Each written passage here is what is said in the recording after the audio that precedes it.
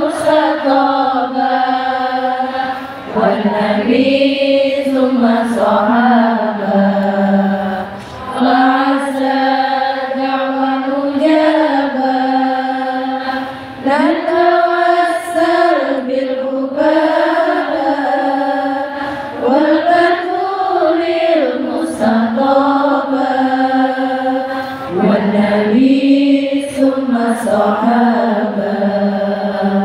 وعسى دعوة مجابة نتوسل بالعبادة والبتول المصطفى والنبي ثم الصحابة وعسى دعوة مجابة نتوسل بالعبادة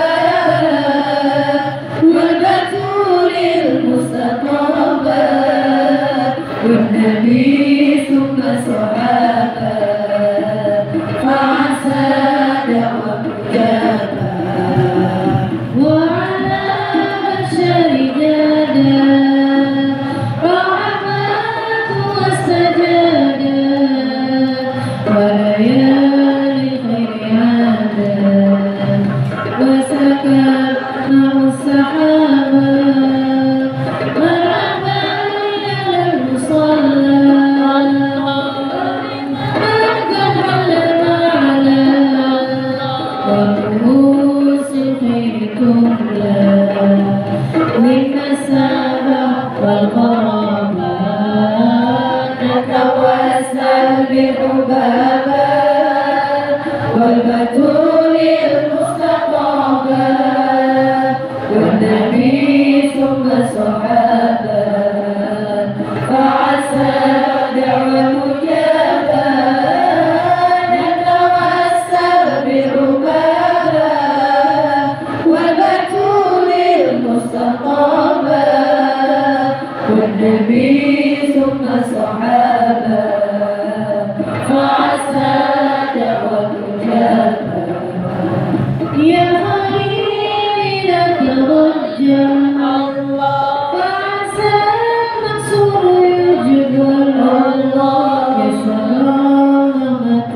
عسى وكفى شر الغلابة ربنا يؤتي الرغائي ورسول الله نائي وعلي بيت الكتائب قد هدت فينا ركابا نتوسل بحبابا والبتول المصطفى والنبي ثم الصحابة فعسى دعوة مجابة نتوسل بالعبادة والبتول المصطفى والنبي ثم الصحابة فعسى دعوة مجابة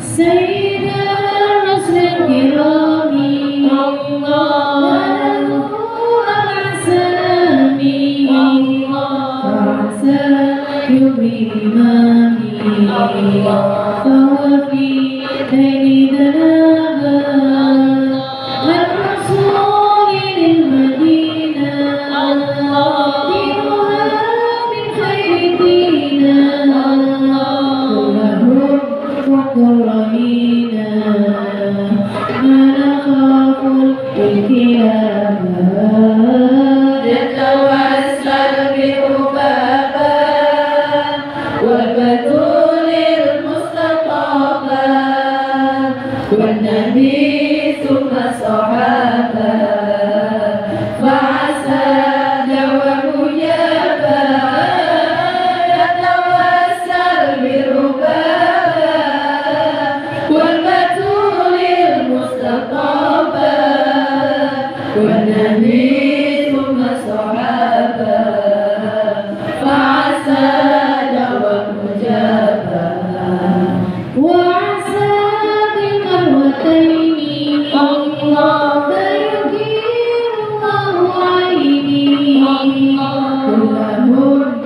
دون ديني لا يراوعني حسابا إنني في الله راجي لم أزال بالباب ناجي فعسى يسلم واجي ويسافر بالصعابة يتوسل بربابا وبثور المستطابة والنبي ثم الصحابة فعسى دعوى المجابة يتوسل بربابا والبثور المستطابة والنبي ثم الصحابة فعسى دعوى المجابة ربي استر لقبيحي ثم عامل بالبريد للملائك صفيحي في السماوات الحجابة بالنبي زين الوجود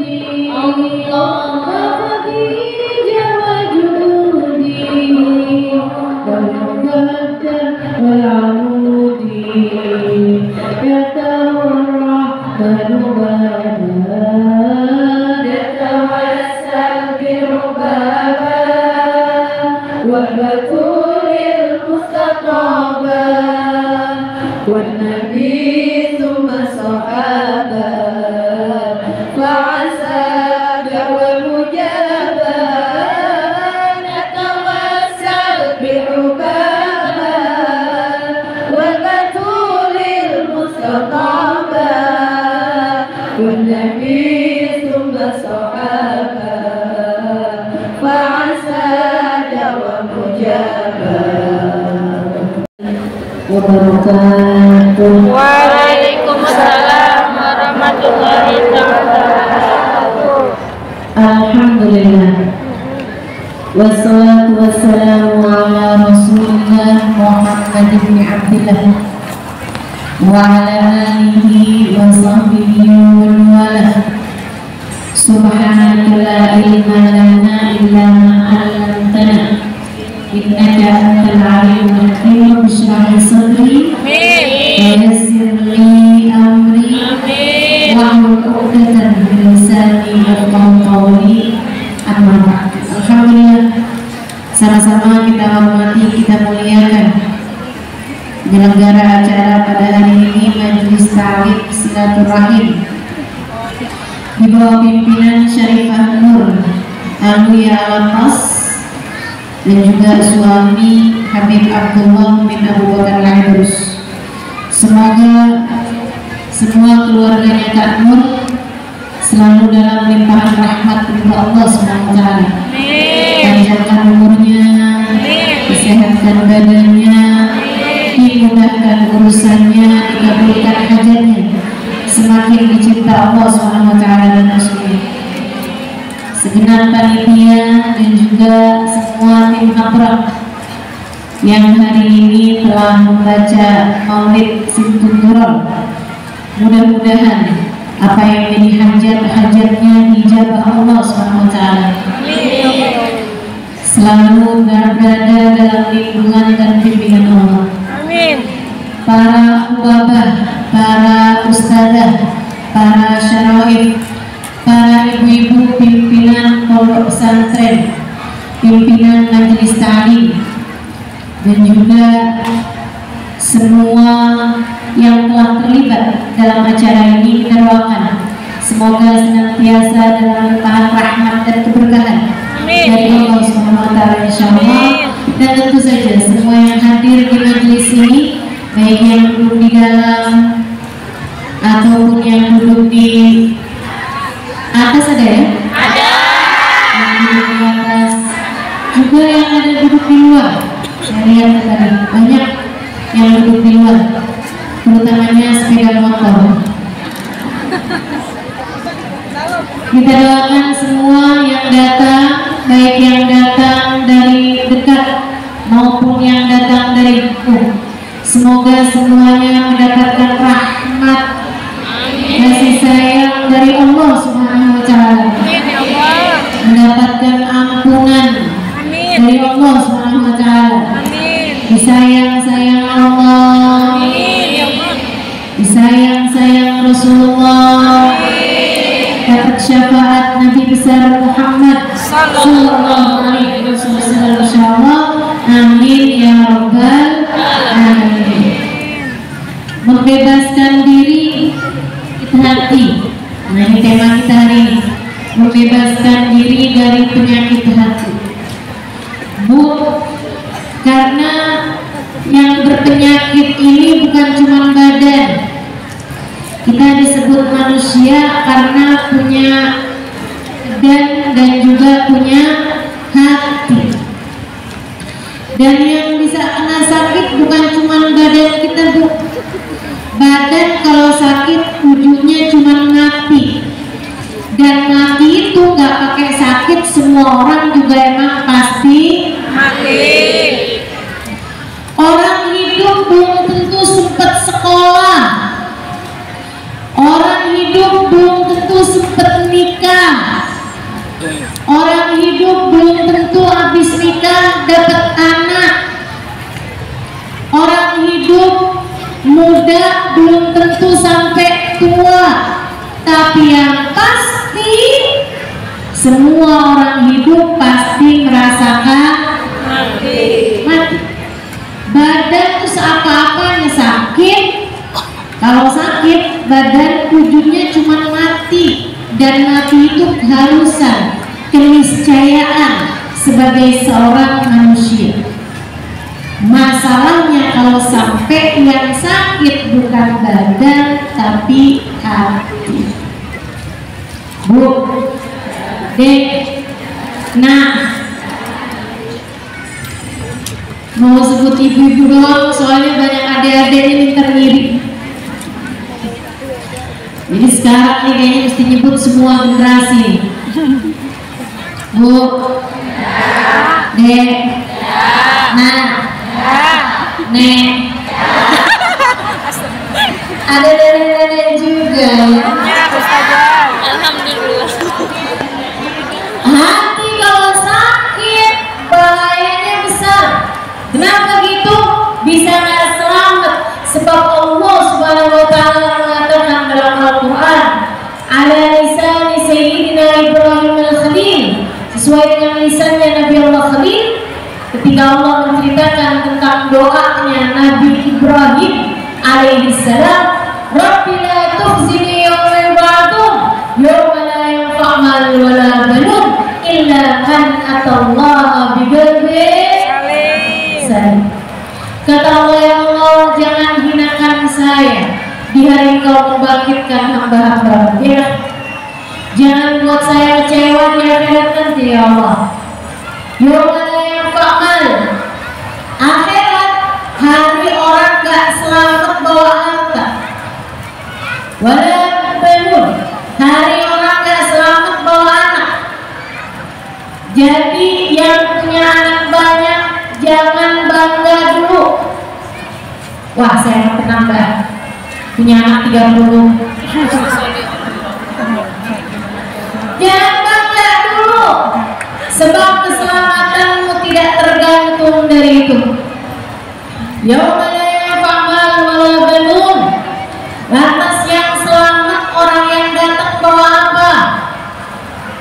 Illa man atallaha biqalbin salim. Yang selamat adalah orang yang datang pada Allah dengan bawa hati. Hati yang selamat, hati yang bagus, hati yang pantas, hati yang bercahaya.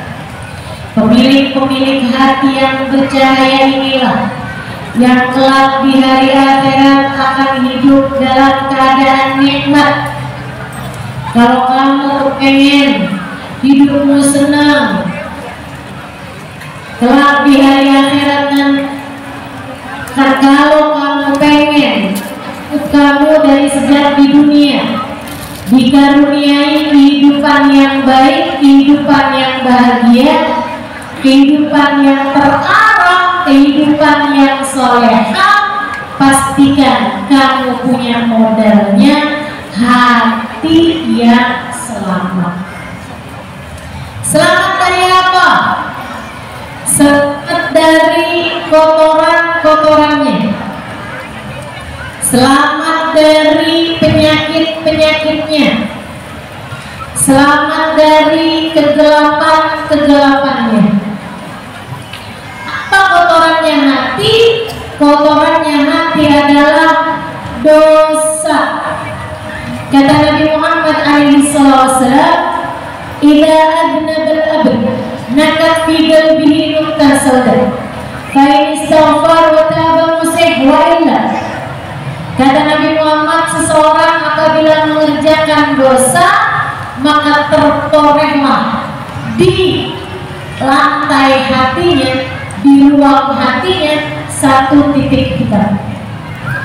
Kalau dia bertaubat, dia beristighfar, dia mohon ampun kembali kepada Allah, dihapus titik hitamnya. Kalau enggak, titik hitam terus ada. Bikin dosa lagi, titik hitam lagi. Bikin dosa lagi, titik hitam lagi, sampai hatinya penuh dengan kotoran-kotorannya hingga hatinya menjadi gelap, tak lagi bercahaya. Nanti kalau hati udah banyak kotoran-kotorannya, hatinya jadi berpenyakit. Penyakitnya hati apa aja? Banyak. Imam Muhaddad dalam kitabnya menyebutkan penyakit-penyakit hati paling berbahaya. Kata beliau, salah satu dari penyakit hati paling berbahaya namanya kibir, kesombongan. Kesombongan ini merupakan penyakit hati yang sangat berbahaya. Lawannya sombong adalah tawadhu.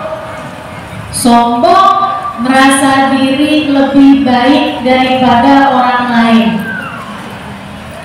Saya sih duduk di belakang, tapi nih ya, kalau orang tahu siapa saya, pasti saya bakal didudukin di depan.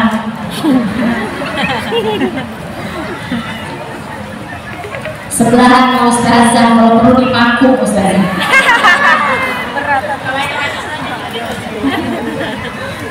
Nah ini, merasa diri lebih baik gitu. Ada orang yang duduk di depan, tapi merasa dirinya tidak lebih baik daripada yang duduk di belakang. Nah itu mestinya kayak gitu.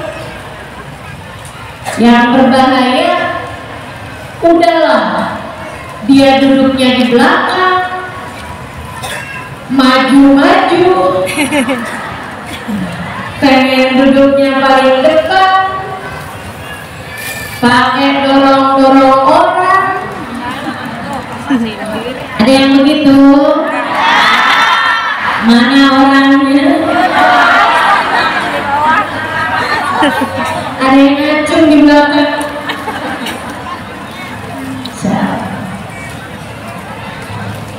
Hati-hati sama sifat namanya kesombongan. Kesombongan merasa diri lebih baik daripada orang lain. Ngelihat orang yang lebih tua, ya ampun, tuh orang pasti dosanya udah banyak.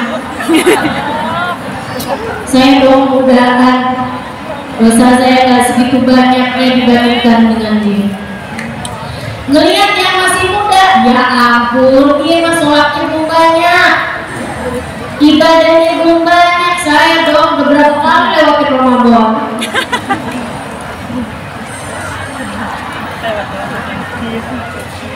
Ngerasa diri lebih baik daripada yang muda-muda. Apalagi kalau ditambah saya haji bukan cuma sekali, halo. Jadi panggilannya udah bukan haji lagi, tapi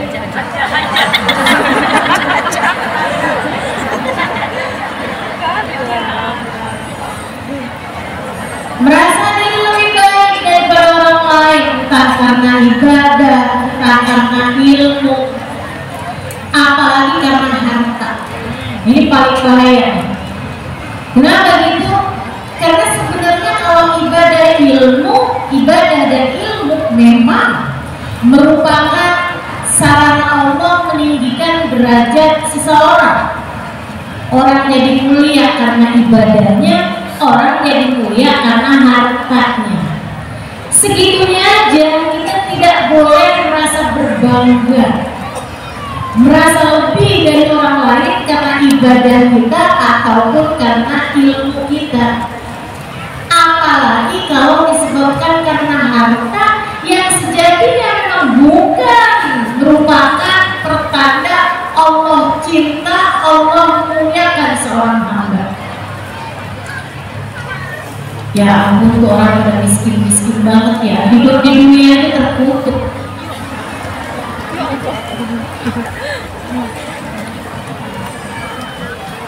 Ya ampun, hina banget sih tuh orang-orang kan. Buat makan aja susah. Baru di dunia aja udah ditunjukin ya siapa orang yang mulia. Maksudnya dia dan siapa orang yang hina. Inna lillahi wa inna ilaihi raji'un. Kalau kamu dengan harta kekayaanmu merasa lebih mulia daripada mereka yang miskin, bisa jadi kalau kamu hidup di zamannya Nabi Musa, kamu akan menganggap Fir'aun lebih mulia daripada Nabi Musa, karena Fir'aun jauh lebih kaya daripada Nabi Musa. Hati-hati. Kalau kamu hidup di zamannya Nabi Muhammad, bisa jadi kamu akan menganggap Abu Lahab, Abu Jahal lebih mulia daripada Nabi Muhammad, karena memang secara harta kekayaan Abu Lahab, Abu Jahal lebih kaya daripada baginda kita Nabi besar Muhammad Sallallahu Alaihi Wasallam. Nyatanya tidak demikian. Ngelihat orang pinter, tuh orang ya ilmunya mah banyak tapi ngomongnya doang. Ustazah tuh hafal hadis berapa banyak tapi bisa ngomongin doang. Prakteknya mah mureng. Ada aja. Tahu dari mana? Pasang CCTV yang nggak di rumah ustazahnya. Pasang CCTV yang nggak di rumah kiainya, di rumah ustaz. Tidak tahukah kamu 2 rakaat dari orang alim lebih Allah sukai daripada 200 rakaat daripada orang awam? Hati-hati, jangan berkata hal-hal yang tidak baik kepada orang-orang yang berilmu, apalagi jika dia adalah orang yang menyampaikan ilmu sebagai ulama-ulama Allah SWT. Ngelihat orang alim aja bisa begitu, apalagi kalau dia melihat orang bodoh gitu. Ya, ini nih yang katanya Nabi calon penghuni neraka, kebanyakan orang bodoh begini. Ibadah kagak ngerti, sholat nggak paham, begini calon-calon penghuni neraka. Terus kalau melihat dirimu calon penghuni surga gitu. Hati-hati sama kesombongan, teman-teman sering sekalian. Ngelihat orang lebih tua, dia merasa diri lebih baik, lebih muda, dia merasa lebih baik. Ngelihat yang miskin, dia merasa lebih baik. Ngelihat orang yang kaya, apalagi kaya bener ya, nyatet gimana dia?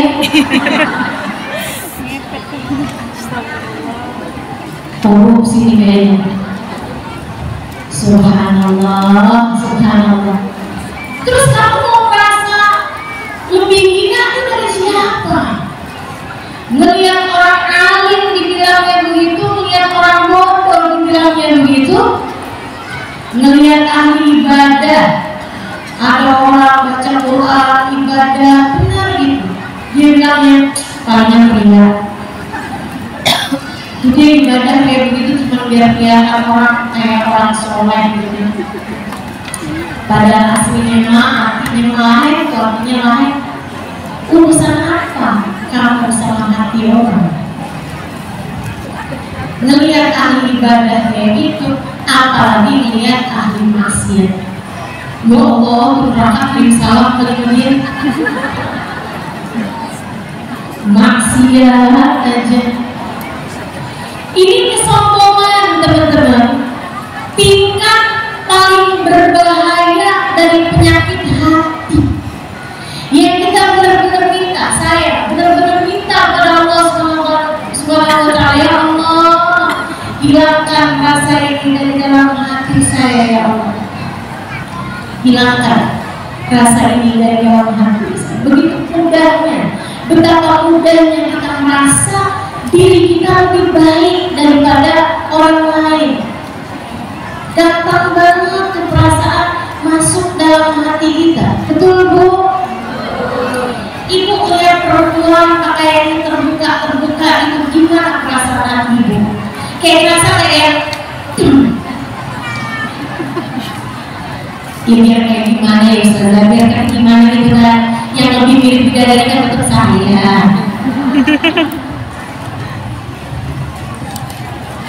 Ya ini keadaan kayak begitu Ustazah, gimana coba? Ini mau saya kasih tahu gimana caranya berpikir agar melihat orang lain selalu memungkinkanmu untuk melihat dia lebih baik daripada diri. Bu, Allah tidak pernah memberi jaminan padamu atas surga. Siapa di antara kita? Siapa di antara kita yang udah datang malaikat Jibril ngasih tahu dah, tenang, kamu masuk surga pasti? Ada? Siapa di antara kita yang pernah bermimpi Nabi Muhammad? Kemudian Nabi Muhammad berkata, tenanglah, kamu ada di belakangku. Siapa di antara kita yang sudah mendapatkan jaminan bahwa kelak nanti saat melewati jembatan kakimu akan ditetapkan Allah hingga tidak tergelincir dan masuk ke dalam surga Allah tanpa hisab, tanpa adab? Siapa di antara kita yang bahkan dapat memastikan di saat ajal datang menjemputnya dia mati dalam husnul khotimah? Siapa di antaramu yang bisa memastikan dirimu mendapatkan kemuliaan semacam itu? Bukankah kamu, saya, kita semua adalah orang-orang yang berada dalam keraguan? Apakah kiranya Allah ridho kepada kita ataukah Allah murka kepada kita?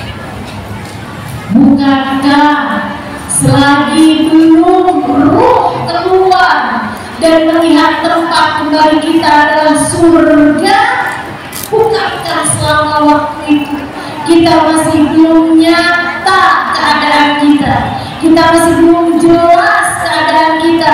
Akankah ditetapkan dalam jalan taat, ataukah kita diusir dari rahmat Allah Subhanahu wa Ta'ala dan dibiarkan dalam keadaan maksiat? Siapa di antara kita yang bisa memastikan bahwa saat ajal datang menjemputnya, yang keluar dari lisannya adalah kalimat La ilaha illallah? Siapa di antara kita yang dapat memastikannya? Saya, kamu, kita semua sama-sama mahkumin, sama-sama yang diberi putusan. Hakim tertingginya hanya satu, namanya Allah, yang telah mengatakan tentang dirinya, alaihissallahu bi'ahkamil. Bukankah Allah adalah hakim yang seadil-adilnya? Allah tuh gak pernah wajib memasukkan kita ke dalam surga. Ini saya serem sih kalau lihat ini. Serem saya kalau ingat ini. Allah gak pernah wajib memasukkan hari terus dalam surga. Dan Allah bisa memasukkan saya ke dalam neraka. Sama, kamu juga gitu. Allah tidak wajib memasukkanmu ke dalam surga. Allah bisa, kuasa memasukkanmu ke dalam neraka dan membuatmu menderita sehabis-habisnya atau bahkan selamanya. Bisa apa kamu? Bisa apa kita? Kalau Allah menetapkan kita sebagai orang-orang yang dihabis-habiskan oleh Allah SWT dalam siksanya, bisa apa kita? Sebagaimana manusia, orang-orang lain yang kamu lihat dia sekarang berbuat maksiat, yang kamu lihat saat ini berbuat dosa, meninggalkan ibadah, pakaiannya terbuka atau apapun aja dari jenis kesalahan yang kamu lihat ada dalam diri mereka, bisa saja jika Allah kemudian memasukkan mereka ke dalam surga. Apa bisanya kamu? Kalau Allah mau memasukkan dia ke dalam surga, kamu bisa apa? Kalau Allah memasukkan dia ke dalam surga, kamu bisa apa? Tuh yang kamu lihat, perempuan yang tiap malam diantri sama orang laki-laki yang beda-beda, kamu bilang, ih, murahan sekali. Bisa jadi kalau Allah ingin memasukkannya ke dalam surga, kamu bisa apa? Terus yang kamu lihat dirimu itu udah sholat, udah ibadah, kalau Allah nggak mau memasukkan ke dalam surga, kamu bisa apa? Karena guru saya Sayyidina Habib Umar bin Hafid menyampaikan, inna lillahi sifat, Allah Subhanahu wa ta'ala punya satu sifat namanya la yubali, Allah tidak peduli. Jika Allah hendak menyayangi seorang hamba, Allah akan memuliakan dia meskipun masa lalunya bergelimang dosa. Allah kalau ingin memuliakan seorang hamba, dinaikkannya derajat hamba tersebut meskipun sebelumnya maksiat demi maksiat dia lakukan di atas muka bumi ini. Jika Allah menghendaki untuk menyayanginya, Allah dengan mudah menaikkan derajat orang tersebut di sisi Allah. Allah tidak peduli. Pun demikian, kamu udah tahajud, kamu udah ibadah, kamu udah ngerjain taat, kalau Allah murka kepadamu, Allah nggak peduli sama apa yang sudah kamu lakukan selama ini. Allah nggak suka sama satu perbuatan kamu, kemudian seluruh amal perbuatan kamu, kebaikan-kebaikan yang Allah gugurkan, Allah tidak peduli itu. Makanya hati-hati sama sifat sombong. Tiap kali ngerasa diri, saya dong, tanyakan pada dirimu, memang siapa saya? Saya hanyalah seorang hamba yang jika Allah berkenan, jika Allah menghendaki melemparkan saya ke dalam neraka, saya tak akan mampu berbuat apa-apa. Jika Allah menghendaki untuk memurkai saya tidak dapat berbuat apa-apa. Allah tidak peduli kamu anak siapa kek. Allah tidak peduli kamu mau sekolahnya di mana kek. Allah tidak peduli mau kamu udah bolak-balik pergi haji umroh kek. Kalau Allah nggak suka, kamu bisa bilang apa? Mau murka, kita bisa bilang apa?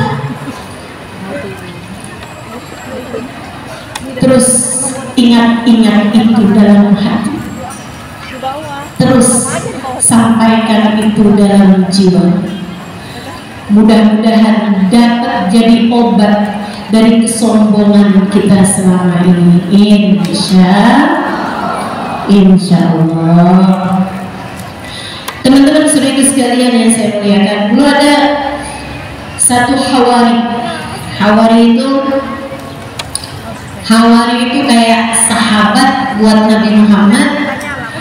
Ini punyanya Sayyidina Isa bin Maryam, Nabi Allah Isa. Jadi kalau orang dekat sama Nabi Muhammad, beriman kepada Nabi, namanya kan sahabat Nabi.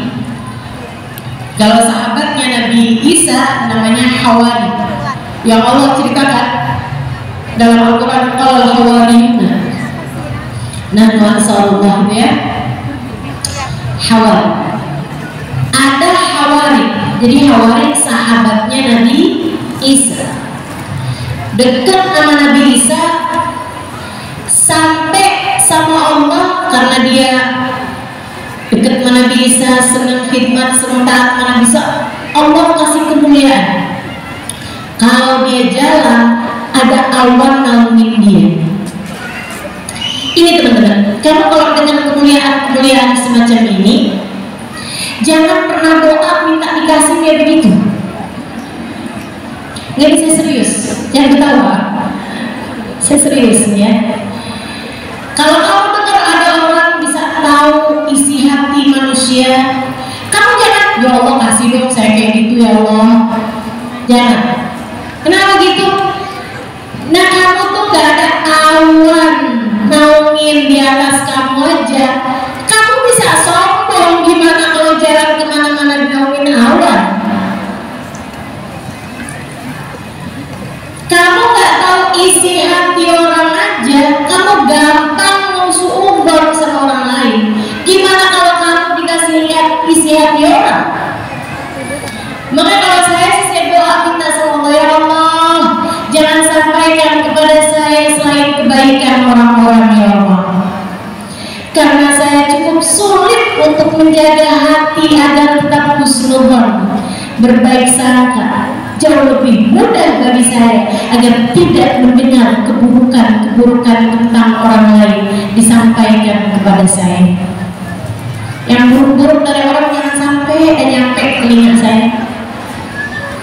Jadi sekalian yang saya muliakan, Hawari ini sahabat Nabi Isa ini kemana jalan awan naungin di atas dia. Satu hari dia lagi jalan di sebuah perkampungan, kemudian di ujung perkampungan tersebut ada gunung pasir. Saat melewati itu, dia sambil awan naungin di atasnya, dan dia jalan dalam keadaan terhormat, bajunya putih, pecinya putih, mukanya bercahaya, asar dari ibadah, asar dari zikir.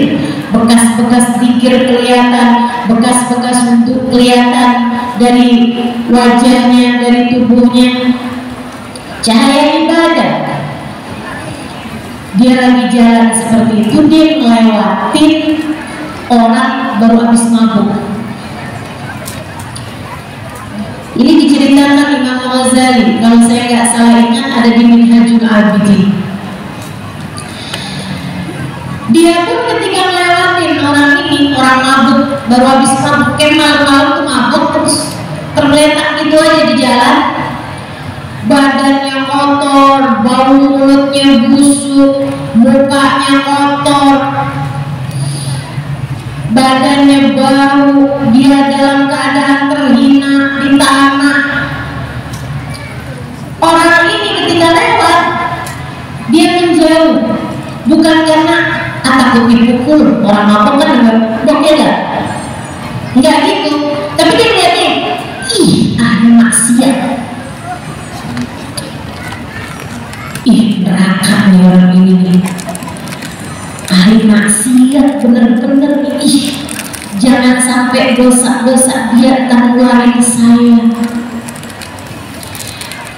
Saya ini kan ahli taat, jangan deket-deket, jangan kecipratan nih, kecipratan dosanya, kecipratan maksiatnya. Dia pun jalan agak jauh-jauhan gitu dari orang tersebut, menghindar. Si orang mabuk tadi dia kebangun gitu kan beberapa saat sebelum orang tadi lewat. Dia liatin dirinya, pusing kepalanya, bau badannya, lapar perutnya, pada sakit semua. Dia kemudian mikir, hidup gak enak banget ya. Emang nih kalau maksiat sama Allah nih kayak gini nih, hidupnya gak enak.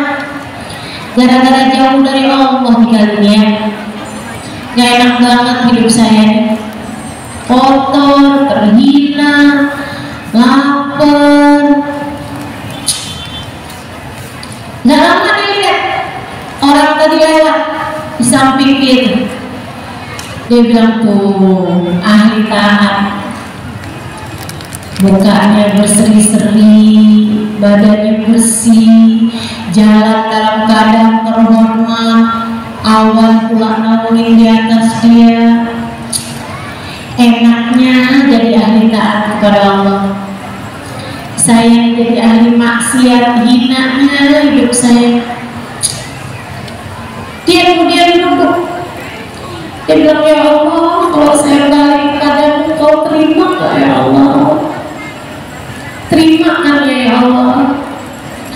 Saya mau hidup taat ajar-ajarmu ya Allah. Ampuni dosa-dosa saya, jadikan saya ahli taat kepadamu ya Allah. Dia kemudian berdiri. Saya pengen ibadah kepadamu ya Allah. Dipikir ibadah apa yang paling dekat? Ya udah deh. Dia menapaki tapakan-tapakan orang soleh yang ada di hadapan dia. Dia ikutin jalannya, dipas-pasin sama dia langkahnya orang tersebut. Ya Allah, sebagaimana Engkau telah menjadikan orang itu soleh yang ada di hadapan saya juga minta dong ya Allah, dijadikan orang soleh seperti dia ya Allah. Sebagaimana Engkau memandangnya dengan pandangan penuh keridhaan-Mu ya Allah, pandang saya juga dengan pandangan keridhaan-Mu ya Allah. Muliain saya ya Allah, dunia akhirat, dosa-dosa saya ya Allah. Dia jalan ngikutin langkahnya orang soleh tadi, Hawari tadi. Si Hawari malah datang, nggak ngapain dia ngikutin saya? Ih, dia ngikutin saya dengan ntar saya ketularan sama dosa-dosanya, ntar saya jadi akhirnya jadi orang kayak dia juga. Ih, amit-amit, amit-amit, ngapain sih orang ngikutin saya? Dia terus mempercepat langkahnya. Fa'allahu ila Nabiullah Isa bin Maryam. Allah memberi wahyu kepada Nabi Isa bin Maryam. Gak lama, sudah beberapa hari ini ya, beberapa perjalanan, berapa ratus meter perjalanan, ada Nabi Isa menunggu mereka berdua. Kata Nabi Isa, Allah telah mewahyukan kepada saya, kamu wahai peminum, ahli maksiat, akan tetapi kamu datang pada Allah dengan bertaubat dan hatimu bersih, sehingga kamu bisa memikirkan kebaikan orang yang ada di hadapan kamu. Kamu berharap mendapatkan berkah dari Hawari sahabatku ini. Allah mengatakan bahwasanya Allah telah mengampuni seluruh dosa-dosa itu. Nabi Isa kemudian bilang kepada sahabatnya, dan kamu bahkan awan menaungimu setiap kali kamu berjalan, tapi hati kamu tidak mampu kamu jaga dari kesombongan. Kamu merasa diri lebih baik dari laki-laki pemabuk ini, padahal dia telah kembali ke jalan Allah. Allah telah mewahyukan kepadaku bahwasanya Allah telah menggugurkan semua kebaikan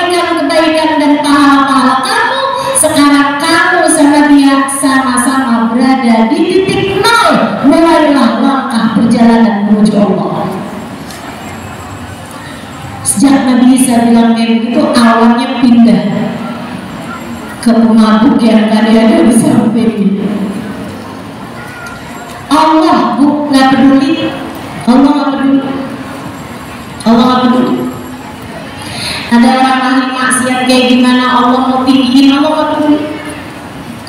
Allah, makanya jangan pernah gampang-gampang menghakimi siapapun. Kamu kalau ingin menghakimi, hakimilah dirimu sendiri, introspeksilah dirimu sendiri, pahamilah bahwa sampai dengan umur setua ini Allah belum memberikan jaminan apa-apa mengenai akhirat kita. Maka bukankah sebaiknya yang sedang diuji ini berhati-hati, hati-hati, terutama dalam urusan menjaga hati. Itu penyakit hati berbahaya, namanya kesombongan. Ada lagi disebut oleh Imam Al-Haddad dalam kitabnya Adab Sulukil Murid, penyakit hati yang juga gak kalah berbahayanya, namanya hasad. Apa itu hasad? Iri dengki. Apa tuh iri dengki? Nih gampangannya, seneng lihat orang lain susah, susah lihat orang lain senang. Itu hasad. Dan ini juga, jangan kamu merasa saya emang gak punya, aman, saya emang bebas. Gak ada, saya suka pernah ini orang lain, gak pernah ini orang lain.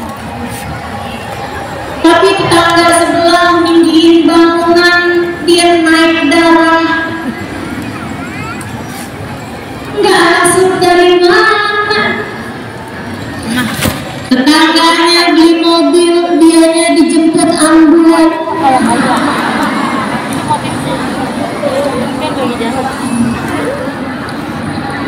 Ada anak tetangganya dilamar bolak-balik, sementara anaknya sendiri udah masuk umur tapi belum datang-datang juga jodohnya. Hatinya kalang kabut, mikir nih jangan-jangan diguna-guna. Hatimu berpenyakit, segeralah cari obatnya, segera obati hatimu itu. Jangan biarkan kamu menjadi orang yang tersiksa hidup di dunia untuk membuatmu lebih tersiksa lagi di akhirat karena penyakit yang namanya iri dengki. Kalau ada orang lain dapat senang, ikut senang aja juga. Kalau ada orang lain dapat susah, ikut susah juga aja. Kenapa?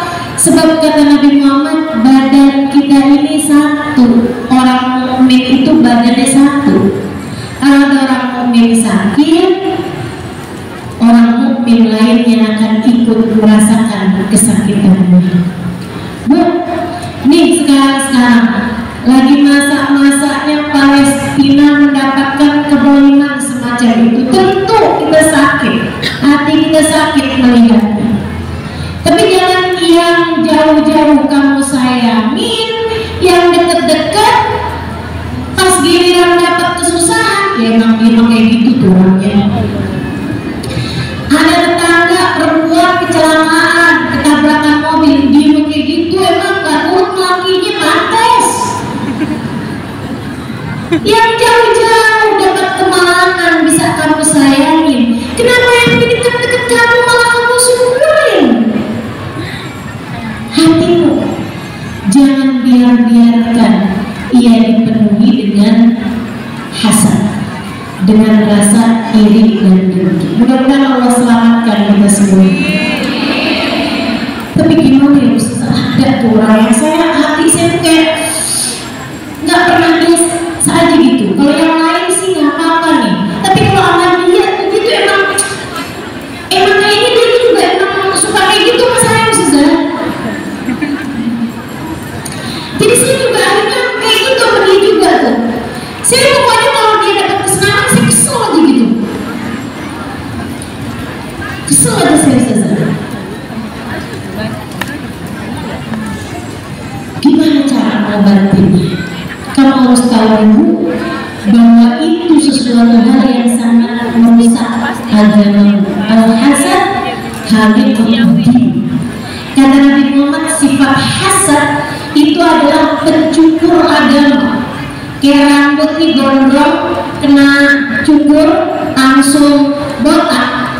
Iman kamu, agama kamu kayak begitu. Katanya Nabi Muhammad dalam hadis yang lain, al-hasad yakulul hasanat kama yakulun narul hatab. Hasud makan kebaikan kayak api memakan kayu bakar. Kamu ibadah sehari kena hasud sekali, habis ibadah sehari. Bahkan kadang-kadang ibadah seminggu habis kena hasud sekali. Kadang-kadang ibadah sebulan habis kena hasud sekali. Bahkan kadang-kadang ibadah setahun habis kena hasud sekali. Bahkan kadang-kadang ibadah seumur hidup habis sama sekali karena termakan oleh rasa hasud yang menggerogoti dalam hati seseorang. Hati-hati sama sifat hasud. Jangan hasud. Sama-sama belajarnya, tapi yang ini sukses, yang kamu kurang sukses, ya gak apa-apa. Sama-sama buka usahanya, yang dia maju, yang kamu enggak, ya gak apa-apa. Bu, Allah yang ngasih rezeki buat semua orang. Allah yang paling tahu. Apalagi kalau kamu merasa, ya Allah, dulu waktu toko saya sendirian, toko saya laku, ya Allah. Giliran tetangga, toko juga, dia ikuti laku, ya Allah. Bangkrutkanlah toko dia, ya Allah. Kamu zalim dengan kamu punya sifat hasud. Kamu merasanya malah diri kamu yang terzalimi. Nah ini kan namanya musang berbulu.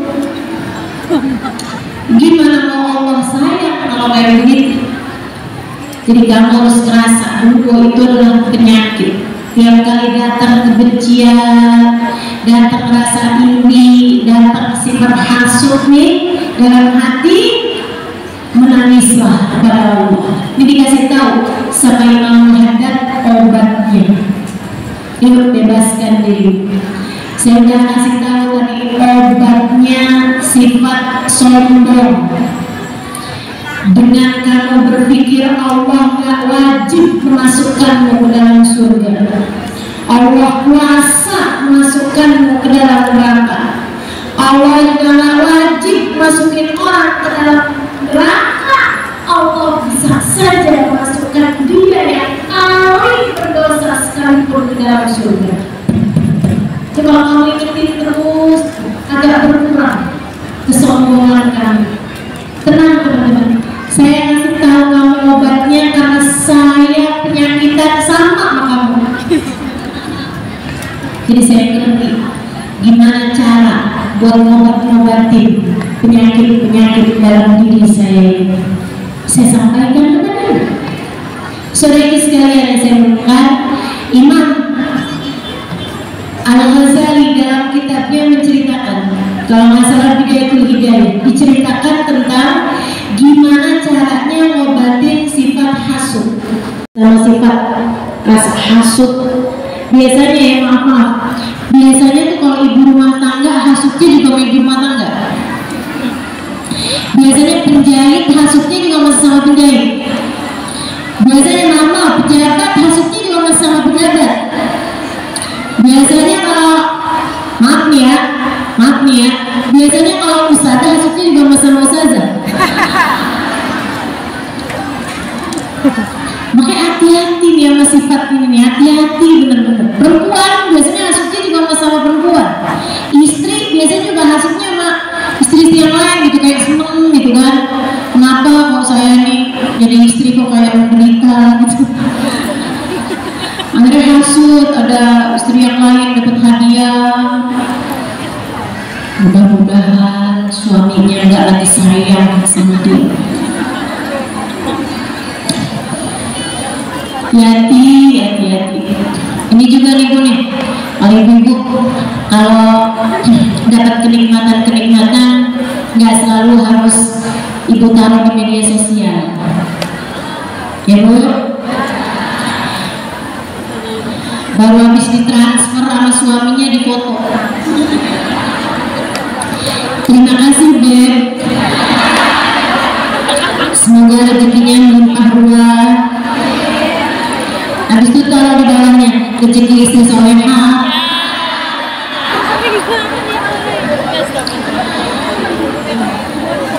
Akhirnya juga dapat membuat hati orang lain bisa juga jadi iri, dan siang iri itu juga berbahaya juga. Malah yang lebih berbahaya orang yang iri itu tadi ya, kalau buat dirinya takutnya jatuhnya jadi pamer, takutnya juga jadi kena mata gitu kan, nah mata panas. Tapi kalau yang iri ini yang bahaya.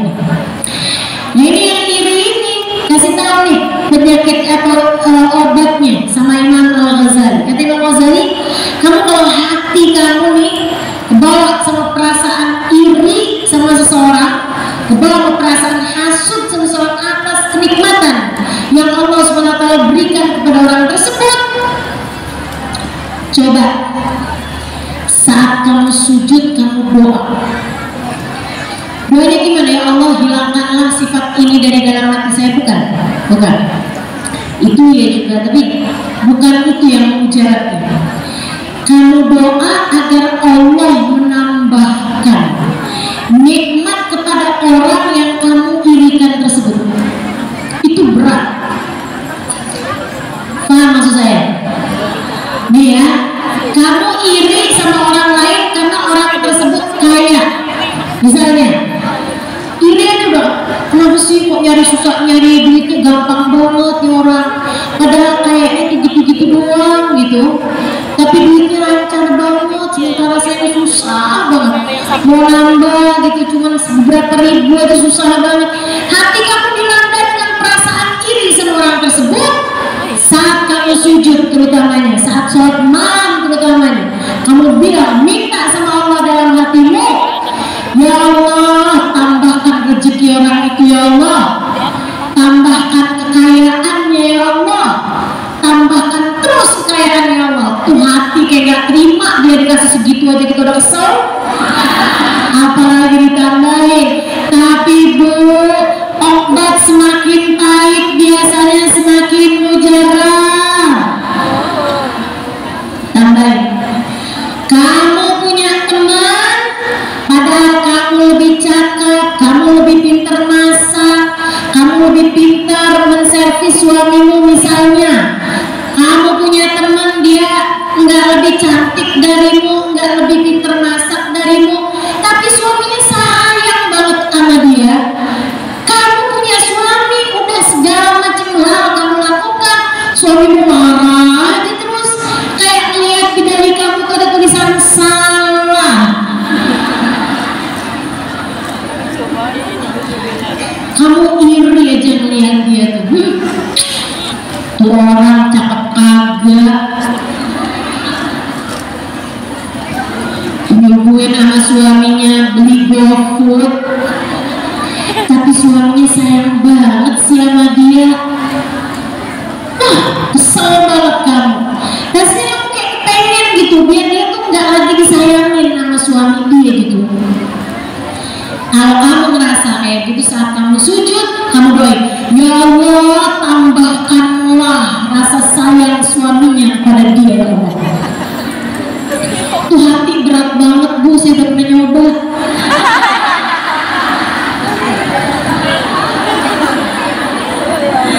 Tapi kan emang ya, dokter itu yang bisa ngobatin yang pernah punya sakit yang sama. Jadi insya Allah jadi obat buat semuanya. Coba kerjain. Biar gak ngerasa benci dalam hatimu menguasaimu, doakan orang tersebut biar dapat segala kebaikan. Dan saya melihat orang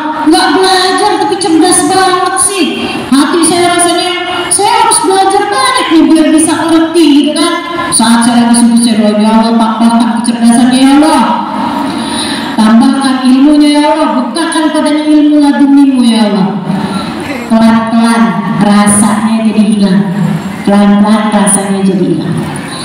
Malah kalau kamu bisa lagi deketin, datengin orang itu. Hati nih rasanya, kita kan kalau lagi sebel sama orang, Bu, jangan kata kita suruh deketin, liatin mukanya aja ogah. Betul? Sebut namanya aja. Si itu siapa? Si itu. Sampai nyebut namanya aja nggak mau.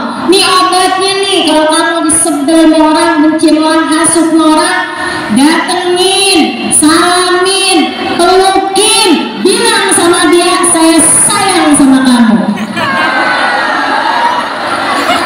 Hilang, setannya hilang, percaya saya, setannya hilang. Obat tuh emang berlawanan, Bu.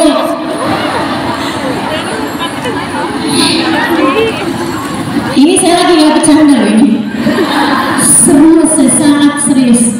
Masalah sama kita semuanya nih, penyakit diri kita nih. Katanya membebaskan diri dari penyakit hati. Ini saya kasih tahu obat-obatnya ya. Obat-obat buat hati kita ini. Ibu-ibu sekalian, jadi kalau lagi sebel sama suaminya,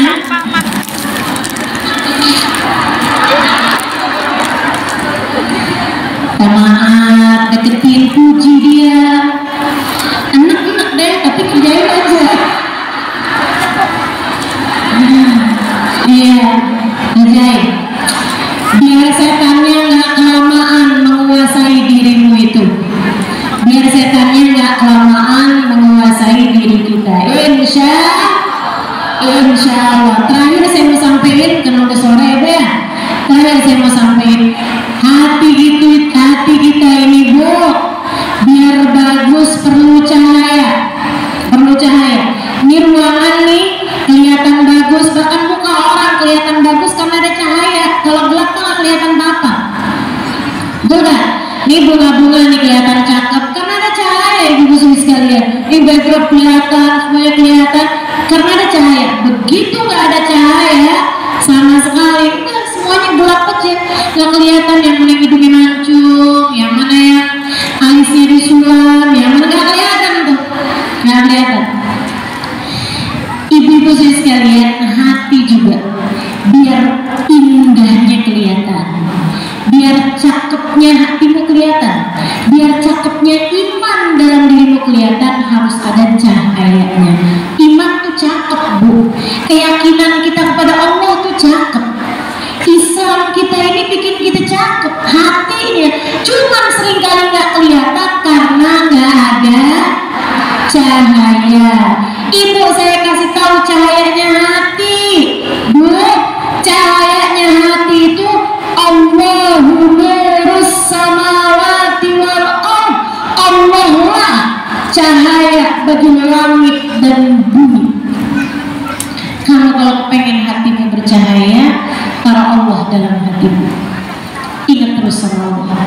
Ingat terus kamu hamba Allah, Allah Tuhan kamu. Ingat terus Allah lagi liatin kamu dimanapun kamu berada. Allah yang punya kuasa. Allah nadiri, Allah lihat saya, Allah syahidi, Allah mengawasi saya, Allahu ma'i, Allah bersama saya, Allahu qaribun minni, Allah dekat dengan saya.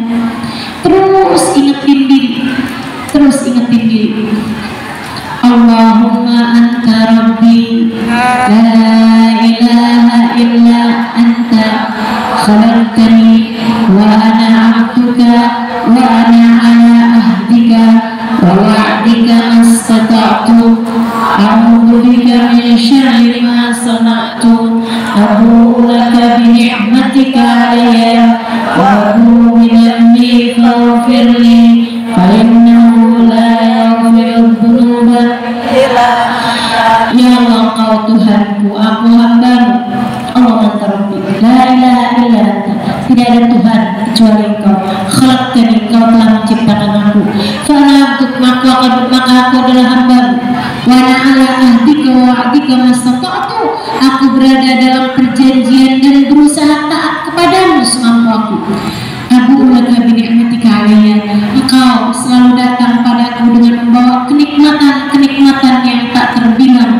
Wa abu bidzambi, sementara aku datang padamu dengan kemaksiatan dan dosa-dosa yang tak henti-hentinya. Faghfirli, ampunilah aku ya Allah, fa innahu la yaghfiru dzunuba illa anta, sesungguhnya tak ada yang dapat mengampuni dosa-dosaku kecuali Engkau.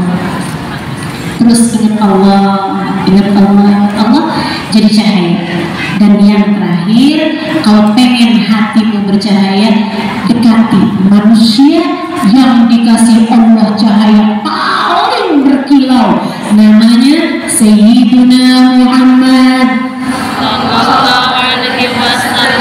Itu sebabnya kenapa orang-orang yang paling berkilau hatinya, yang paling mulia akhlaknya, yang dapat mengatur jiwanya, selalu adalah orang yang memiliki kedekatan dengan Nabi besar Muhammad.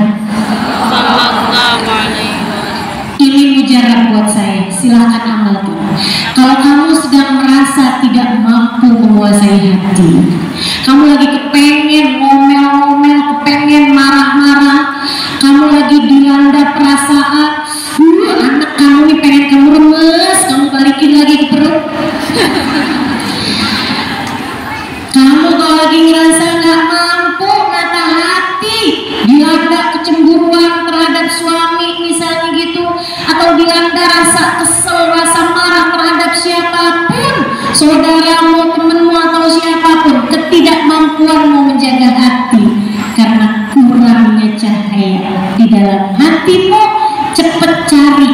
Istilah HP nih, baterai kamu nih udah bener-bener low, udah hampir mati nih, buruan dicas.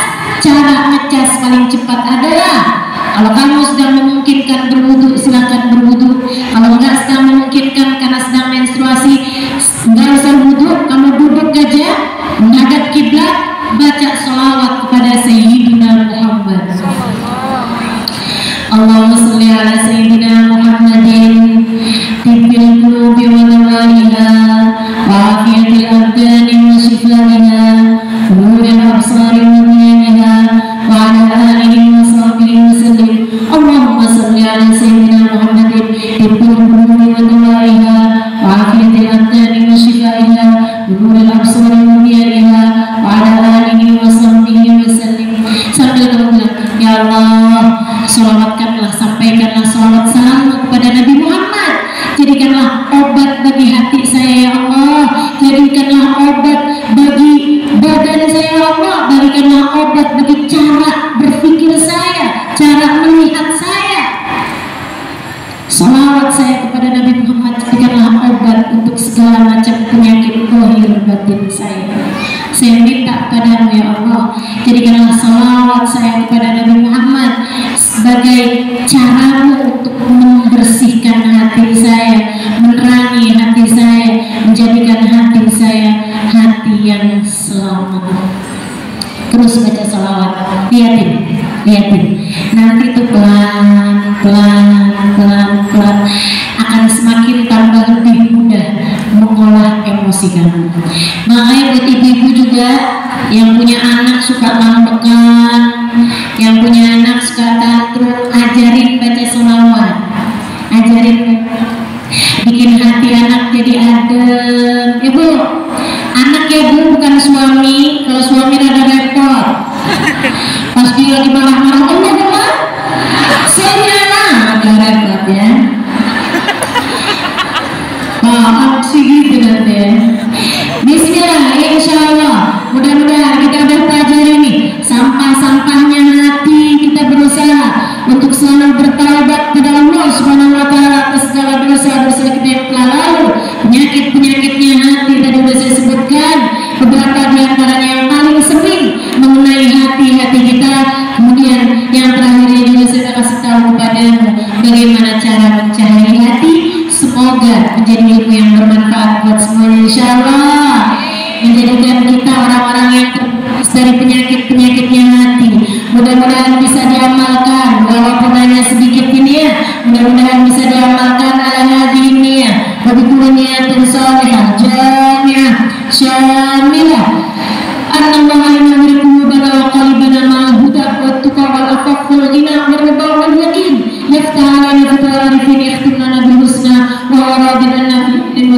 والعافية وإلى حضرة النبي محمد صلى الله عليه وعلى آله وسلم.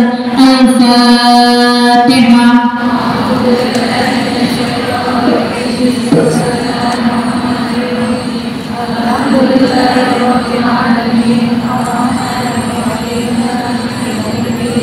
إياك نعبد وإياك نستعين اهدنا الصراط المستقيم صراط الذين أنعمت عليهم غير المغضوب عليهم ولا الضالين. اللهم بحق الفاتحة بركة الفاتحة بركة الفاتحة تفتح لنا أبواب الخير وأعمل لنا معاملة أهل الخير تكفينا من جميع الفتن ومن البؤس والضير إنك ولي كل خير متفضل بكل خير برحمتك يا أرحم الراحمين. اللهم إنا نسألك زيادة في الدين بركة في الأمور وصحة في الجسد وسعة في الرزق وتوبة قبل الموت وشهادة عند الموت ومغفرة بعد الموت وعفوا عند الحساب وأمانا من العذاب ونصيبا من الجنة ورزقنا النظر إلى وجهك الكريم. اللهم عافنا من بلائك وارزقنا شكر نعمائك وذقنا برد عفوك وحلاوة مناجاتك. اللهم يا مقلب القلوب ثبت قلوبنا على دينك يا محول الأحوال حول حالنا إلى أحسن الحال وعافنا من أحوال أهل الضلال وفعل الجهال. اللهم اجعل جمعنا هذا جمعا مرحوما وتفرقنا من بعده تفرقا معصوما ولا تجعل اللهم لنا فلو فينا ولا معنا شقيا ولا مطرودا ولا محروما برحمتك يا أرحم الراحمين وبجودك يا أجود الأجودين إنه ولي ذلك والقادر عليه. وصلى الله على سيدنا محمد وعلى آله وصحبه وسلم بفضل سبحان ربك رب العزة عما يصفون وسلام على المرسلين والحمد لله رب العالمين. تقبل الله كل تقبل يا كريم. Terima kasih segala perhatiannya. Kurang lebihnya mohon maaf apabila ada kata-kata yang tidak berkenan untuk didengar. Wassalamualaikum warahmatullahi wabarakatuh. Waalaikumsalam warahmatullahi wabarakatuh.